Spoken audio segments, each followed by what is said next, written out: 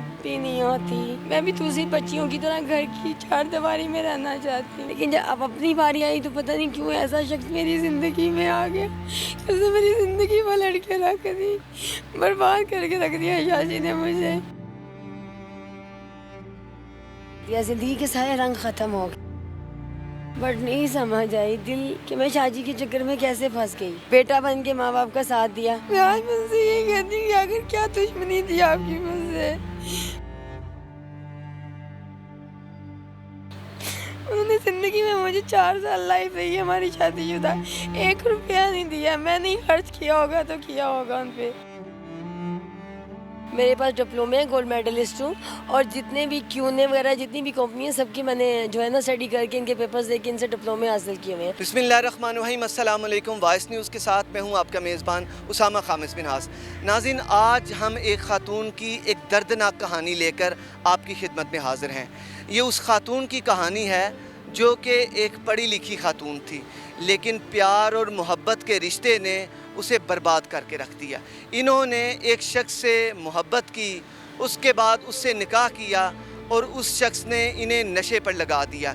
इनके अपने 3 सैलून थे जो कि ज़बरदस्त किस्म की आमदनी दे रहे थे, लेकिन आहिस्ता आहिस्ता उस शख्स ने जब इन्हें नशा लगाया, ये नशे की आदी होती गई और उसके बाद फिर वही होना था जो एक नशई के साथ होता है। ये नशे में डूबती चली गई और वो शख्स इन्हें लूट के फ़रार हो गया। ये कहानी क्या है, ये बाजी के साथ कैसे ये सारे मामला पेश आए, आज वो क्यों नहर के एक किनारे पर नशे में धुत सारा दिन यहाँ पर रहती हैं, नशा बेचती भी हैं, नशा करती भी हैं, क्या वजूहात हुई, आइए उन्हीं से जानते हैं। आइए मेरे साथ। अस्सलाम वालेकुम। वालेकुम अस्सलाम। बाजी बताइएगा, आप कहाँ की रहने वाली हैं? मैं लाहौर से बिलोंग करती हूँ। पैदाइश मेरी कुवैत से है, फादर कुवैत में होते थे, और अब हम लोग जो है ये वर्कशॉप स्टॉप वाल्टन रोड पे रहती हूँ।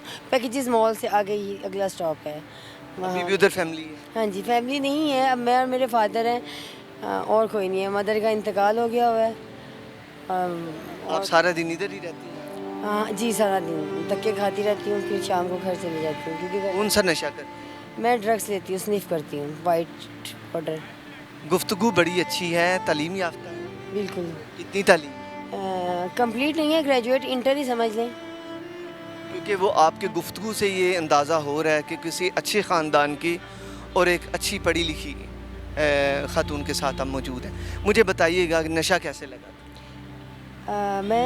मेरे सैलून एंड स्पा थे, मैं उसमें बेसमेंट अपने थे? अपने थे। कितने? 3 सैलून थे मेरे। 3 सैलून? जी। अच्छा। हैप्पी वैली के नाम से थे, आप नेट खोलेंगे मसाज के तो आप उसमें आ जाएगा।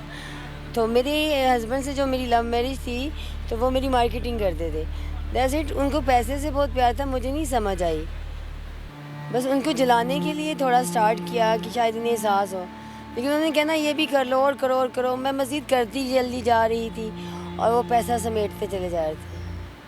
बस एक दिन ऐसा आया कि वो सब कुछ समेट के चले गए, मुझे घर में बैठा दिया गया कि आप ड्रग्स ले रहे हो, घर रहो।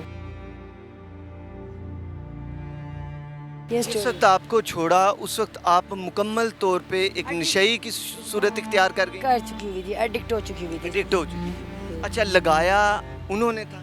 नहीं, उन्होंने लगाया नहीं था, उन्होंने इस कदर मुझे मजबूर कर दिया था कि मुझे एहसास था कि अगर इस बंदे को मुझसे मोहब्बत है तो शायद ये मुझे रोकेगा कि ऐसा नहीं करो ना। मैं तो उसे एहसास दिलाना चाह रही थी कि मैं ये करूँगी, लेकिन नहीं, उसे एहसास नहीं हुआ। ऐसा क्या अमल किया था कि जो आपने वो यूज़ करना शुरू किया? क्या कहा था?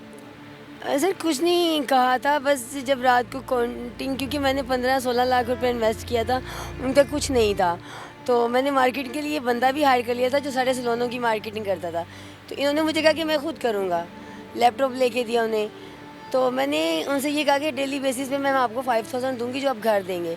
1 वीक के बाद उन्होंने जो है ना मेरी ऐडें जो है ब्लॉक कर दी। अब 30,000 रुपये मेरे ऊपर चढ़ गया।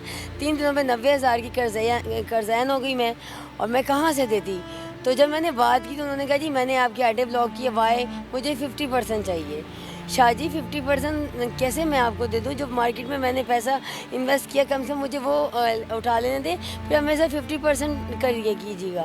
देन उन्हें ये मंजूर नहीं था और मैं इस कदर मजबूर हो चुकी हुई थी कि बाकी मार्केटिंग वाले मेरे साथ मार्केटिंग नहीं करना चाहते थे। उन्होंने कहा था पहले भी आपने हमसे बात की थी तो आप केस बढ़ा गए थे, सो सॉरी, हम आप कमिटमेंट की पूरी नहीं उतरी, तो अब हम आपके सलोन की मार्केटिंग नहीं करेंगे। यानी आपके हस्बैंड ने क्यों घपला किया था? घपला यही था ना कि जो सलोन जो इनकम होती थी उसमें या तो वो जेब में डाल लेते थे या मार पिटाई करके ले जाना, 50% ले जाना, ज़्यादा ले जाने।